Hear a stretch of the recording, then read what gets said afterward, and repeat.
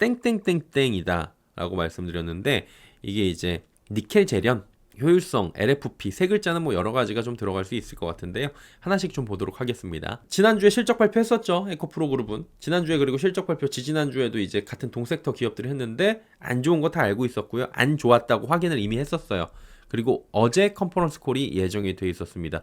이게 뭐 안 좋은 거 알고 있었는데 뭐하러 봐, 이게 아니고요. 안 좋은데 좋아지는 게 언젠지를 좀 체크하려고 보는 겁니다. 주식은 미래 가치이기 때문에 안 좋았다고 해가지고 지금 적자라고 해가지고 주가가 마냥 떨어지진 않아요. 대표적으로 그냥 여러분이 이해하기 쉽게 하려면 SK하이닉스가 2023년도에 적자인데 주가가 상승하기 시작하더니 적자 전환을 하니까 폭발적으로 상승하는데, 그때 HBM까지 붙어버리니까 주가가 날아갔었죠. 3배가 올라갔었습니다. 이런 부분들을 좀 체크를 하셔야 된다는 거예요. 그래서 향후 방향성을 확인할 수 있고요. 1시간가량의 컨콜 주요 내용 요약본은 서정덕TV 블로그에다가 제가 PDF 파일로 이제 8시 한 10분 정도에 올라갈 거예요. 그거 이제 고정 댓글로 지금 채팅창이나 다 달려 있으니까 보실 분들은 가셔갖고 보면 되고요. 핵심을 정리를 해드리도록 하겠습니다. 지난해 안 좋았던 이유에 대해서 이렇게 얘기합니다. 동사는 캐즘 지속의 업황이, 그러니까 그냥 시장이 안 좋았다. 근데 에코프로 같은 경우에는 자회사 뭐 CNG나 이노베이션 요런 애들의 재고자산 평가 충당금을 826억 원이나 쌓아가지고 영업 손실이 더 증가했다.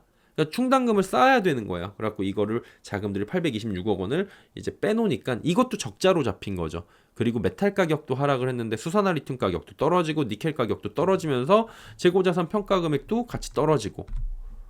그럼 올해 대략적인 전망들이 어떠냐라고 이제 나온 거예요. 에코프로 저희 지주사 같은 경우에는 고객사의 재고가 소진되면서 올해 양극재 수요가 증가할 것으로 전망이 되고, 그러면 이제 연결이익이 좋아지겠죠.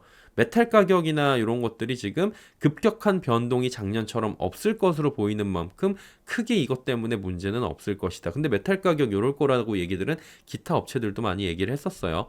그리고 손익에 영향을 줬던 재고자산의 평가 손실이 중요한 이슈는 아니다 라고 얘기가 나와요. 무슨 얘기냐면은 지난해 4분기 말에 비상장 자회사들이 재고평가 충당금을 추가 설정하면서 656억 원의 분기 평가 손실이 발생하고, 연결 기준으로는 2,430억 원의 충당금이 지금 쌓여 있습니다. 이걸 쌓아놔야 되는 거예요, 회사는. 회계상으로 지금. 왜냐면 어떻게 될지 모르니까. 근데 이 중에서 올해는 70% 정도를 평가를 충당금이 환입될 것이다. 그러니까 쌓아놓은 것 중에서 일부는 이제 도로 이걸 이익으로 가지고 올 수 있다는 거예요. 그래가지고 연간으로 따지면 한 2,430억 원 중에서 지금 예측인데 1,700억 원 정도는 환입시킨다. 환입시키면 뭐예요? 다시 이익이 된다는 거예요. 가끔씩 그러죠. 환입 효과에 따라서, 재고자산 환입 효과에 따라서 적자를 면했다, 이런 얘기가 있잖아요. 이거 이익으로 잡힌다는 겁니다, 올해.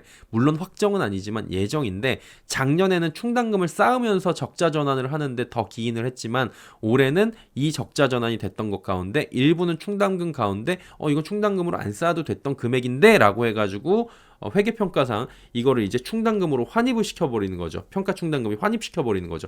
그러면은 1,700억 원 정도가 다시 플러스가 될 수 있는 요인이 있다. 확정된 건 아니지만 지금 예측을 그렇게 한다. 이거 굉장히 중요한 내용이에요, 이거는. 그리고 영업이익 측면에서도 작년보다 개선될 거다. 이건 뭐 모든 사들이 똑같이 얘기한 거고요.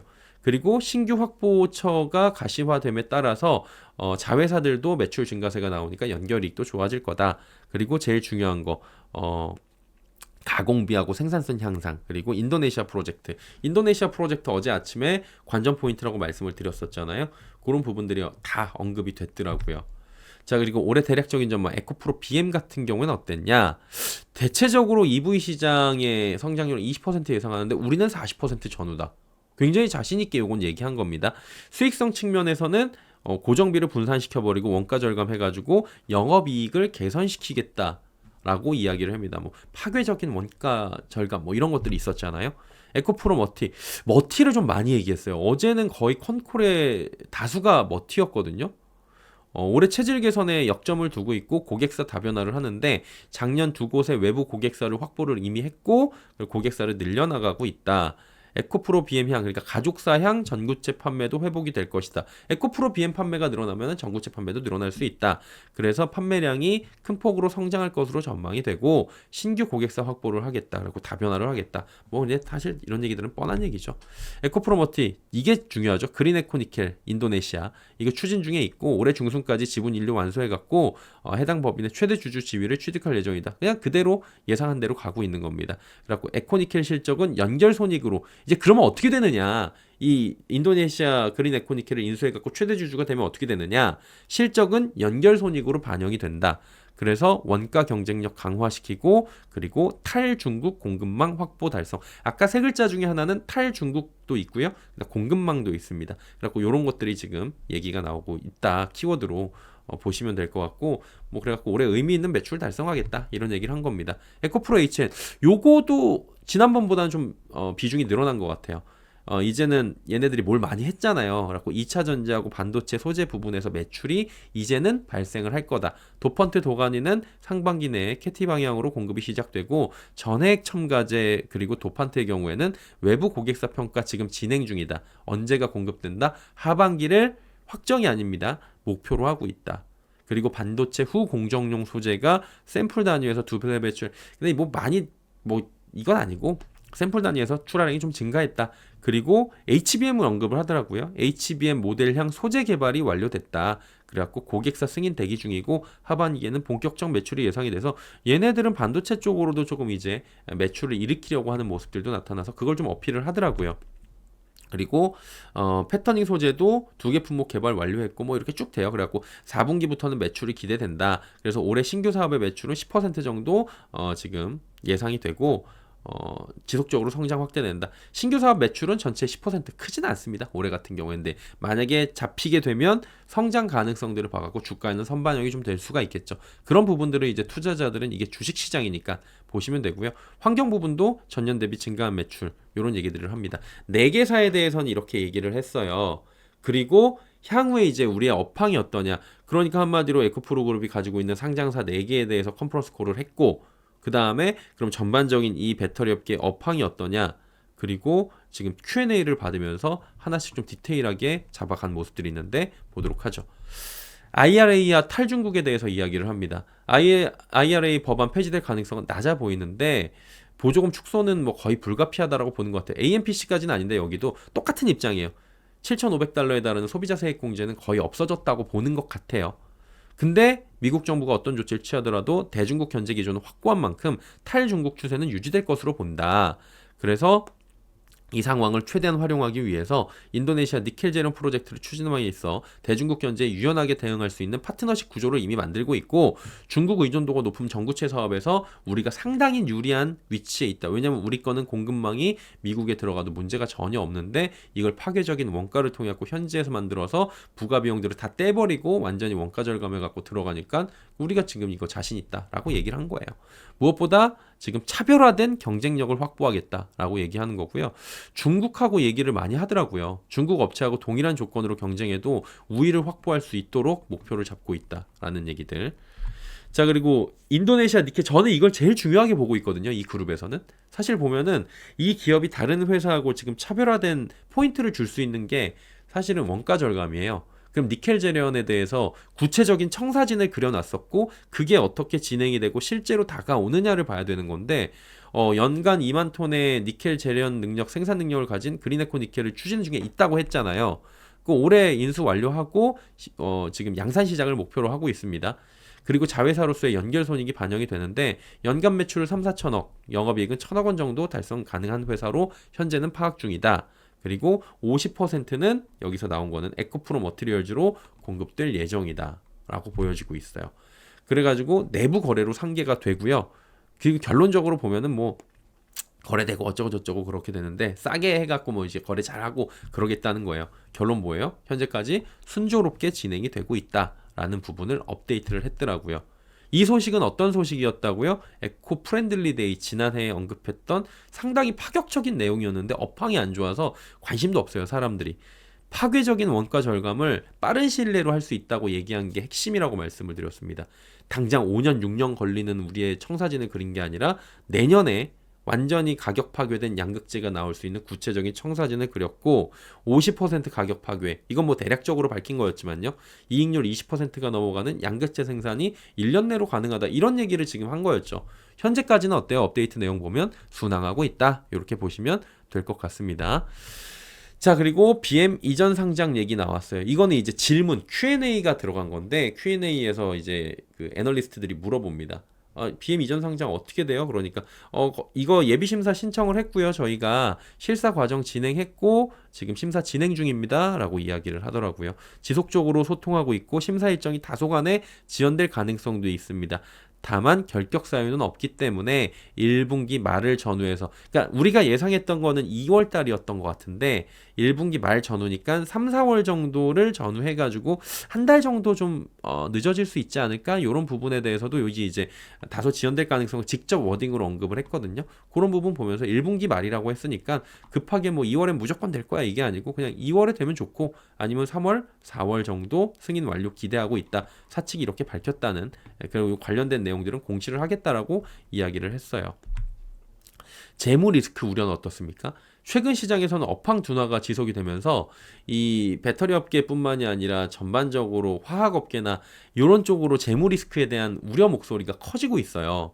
그래가지고 재무는 어떻습니까? 리스크 있다고 지금 얘기 나오는 부분은 어떻게 보세요? 라고 했더니 우리는 괜찮습니다. 6,200억 원 정도의 자본 조달을 이미 지난해에 성공을 해놨고 이에 따라서 부채 비율이 낮아졌어요. 자, 여러분 부채 비율이 낮아지면 어떻게 되겠어요? 이자 부담이 줄겠죠. 여러분 지금 가정경제에 있어가지고 빚이 있었는데 빚을 줄였어요. 그러니까 빚이 예를 들어 10억 있었는데 빚이 7억으로 줄이면은 여기에 따른 이자가 나가는 비용이 줄어들겠죠. 그러면 수익성이 높아지는 거예요. 기업 입장에서는 이 얘기를 한 겁니다. 이자 부담 경감, 이에 따른 수익성 제고. 그다음에 ECA 이게 정책 자금이죠. 1조 2천억 원을 확보를 했다. 그리고 기말 기준 현금성 자산 9,800억 원 정도를 지금 보유를 하고 있기 때문에 재무 리스크는 지금 괜찮다. 시설 투자 집행함에 있어서도 긴급한 거 중요한 거 구분할 수 있는 시나리오도 있고 그래서 올해 업황 회복하면 재무 구조는 더 안정화가 될 거예요라고 재무 구조는 우려할 부분이 아니다. 재무 리스크는 괜찮다라고 딱 잘라서 얘기를 했습니다. 신규 수주 관련해서 복수의 배터리 또 OEM사와의 신규 수주를 위한 계약 조건 협의를 하고 있다. 그러니까 신규 수주 어떻게 돼요? 대놓고 물어보니까 대놓고 얘기를 해줬어요. 근데 지금 몇 개사 복수사하고 이야기를 OEM사는 이제 자동차 제조업체나 아니면은 이제 셀 업체들이잖아요. 신규 수주 품질 평가 계약 조건 하고 있는데 비밀 유지가 있죠. 당연히 어디하고 하는 게. 그리고 자세한 내용을 좀 언급하기는 어려운데 상반기 내에는 좀 수주 관련된 가시적인 결과를 도출할 수 있을 것으로 기대가 된다. 그러면 상반기가 지금 한 넉 달 정도 석 달 반 남아 있으니까 요 안에 뭐가 나오지 않을까라고 사람들은 기대를 할 수 있는 측면을 얘네들이 먼저 얘기를 해준 거죠. 그리고 헝가리 공장 소식이랑 시설 투자는 헝가리 공장은 건축 설비 입고 완료했고 절차를 진행 중이고 설비에 대한 시운전을 준비하고 있고 그래서 결론적으로 보면은 시운전까지 마무리되면은 양산 샘플 생산하고 승인을 거쳐서 올해 4분기부터 한 개 라인 시장으로 상업 생산을 실시할 예정이다. 그러니까 올해 말부터는 4분기부터는 한 개 라인이 이제 움직이면서 헝가리 공장도 돌아가기 시작합니다라고 이야기를 하는 거죠. 그리고 신규 수주 관련해서는 에코프로 BM의 국내외 총 투자비 규모는 5천억 원을 예상을 한다. 국내 설비에다가 뭐 1,500억 원 지금 헝가리 포함해갖고 3,500억 원인데 뭐 지금 돈이 있대요. 아까 말씀드렸다시피 돈이 있고 당사가 보유하고 있는 풍부한 현금에다가 내부 현금 찬출 능력이 있고 충분한 유동성을 확보해서 효율적으로 지금 시설 투자나 이런 부분들도 쭉 갈 수 있다. 그랬고 에코프로는 지난해 양극재 71만 톤을 올리는 시점을 27년에서 30년으로 미룬 것 외에 추가 속도 조절 언급 없이 기존 그대로 유지한다는 입장이어가지고 신규 수주 관련이 아니라 이게 시설 투자 관련 시설 투자 관련해서는 속도 조절이 지금 없다라고 이야기를 한 거예요. 예. 아셨죠? LFP 관련해서는 뭐예요? 전구체 사용하는 방법, 무전구체 방법 요거 두 가지 개발 중에 있고 현재 에너지 밀도 높이고 차세대 제품 개발해서 중국도 중국 얘기 나와. 중국하고 비교했을 때도 밀리지 않는 성능 최고 수준의 성능을 달성했다. 그래갖고 3,000톤 규모의 파일럿 라인을 통해서 2분기부터는 수백 톤 규모의 샘플 공급할 수 있고요. 그래가지고 이거 구축하고 최종 검증하는 자동차 업체가 참여해서 수행 중에 있고 긍정적 결과를 도출하기 위해 노력하고 있다. LFP도 지금 두 트랙으로 지금 개발을 하고 있고 이제 샘플이 2분기부터 수백 톤가량으로 공급이 된다. 이날 강조된 게 뭡니까? 크게 새로운 건 없었어요. 솔직하게 얘기해서 뭐 대단히 대단한 건 없었습니다. 대단한 신규 투자가 새로 나와갖고 대대적으로 뭐가 이슈가 있거나 혹은 주주 환원을 우리가 여러분께 대대적으로 하겠습니다. 이런 정책적 이슈는 없었어요. 결론적으로 업황은 뭐라고 얘기했어요? 상반기 개선될 것으로 전망한다고 얘기했어요. 그럼 결국 뭐예요? 상저하고 얘기한 겁니다.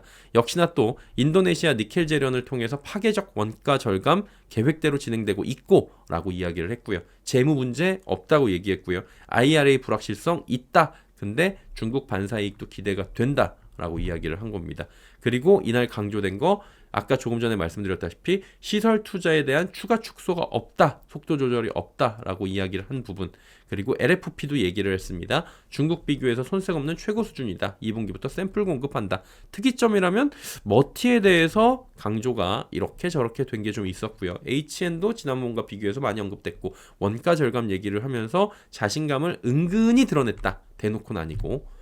결론적으로 보면 뭡니까? 대다수 2차전지 기업들은 올해 상저하고로 예상을 하는데 이 기업도 마찬가지로 올해 턴어라운드 기대한다. 1분기부터 이제 개선이 될 것이다라고 점진적인 부분을 예상을 했어요. 대단한 업황 개선이에요? 아니에요. 트럼프 불확실성에 대한 경계감 있다고 대놓고 얘기했습니다. 그럼에도 불구하고 1분기 저점 이후에 점진적인 반등 정도 대단한 기대는 아닌데 요 정도다. 그러니까 비슷한 것 같아요. 전 업계가 지금 비슷하게 보고 있고 굉장히 보수적으로 보고 있다.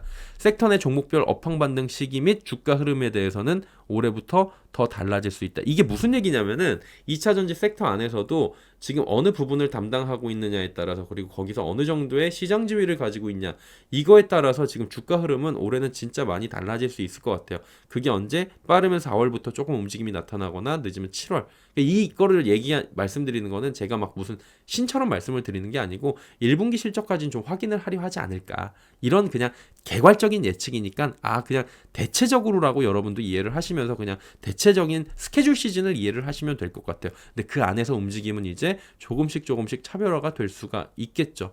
지난번처럼 대체적으로 얘 올라가면 같이 올라가고 이런 일들은 많이 발생 안 할 것 같아요. 그럼 이제 여러분 뭘 보셔야 돼요? 외부 요인 뭐 해당 섹터 둘러싼 5가지 요소 뭐예요? 실적 중요하죠. 그러니까 이제 1분기 실적까지 보자고 얘기하는 거고요. 미국의 정책, IRA, 메탈 가격의 변동, 뭐 더 이상 내려갈 거 없고 이걸로 인해 가지고 불안한 부분은 올해는 없지만 지난해만큼 올라가줘야 좋은 거잖아요. 여기서 메탈 가격 올라가면은 개이득이거든요. 메탈 가격이 올라갈 수 있는지. 근데 지금은 당장은 메탈 가격이 올라갈 만한 그 유인 요소는 없다. 라고 보여집니다. 솔직히 금리 인하돼야 돼요. 인하되면 좋아요. 근데 지금 금리 인하 요소도 많지는 않습니다. 그래서 믿을 거는 아직은 국내 정책 직접적인 지원, 한국판 IRA인데 요건 한 3월 정도까지는 지금 국회나 아니면 정부 차원에서 움직임이 있다라고 기대감이 있다라고 보시면 돼요. 이런 부분들을 투자자들이 쭉 보시면서 체크를 하시면 될 것 같습니다. 자, 이런 자료들을 통해서 여러분이 다시 한번 공부하실 수 있는 그런 기회를 만들어 보시라고 항상 드리는 거니까요. 꼭 체크하시면 좋겠네요.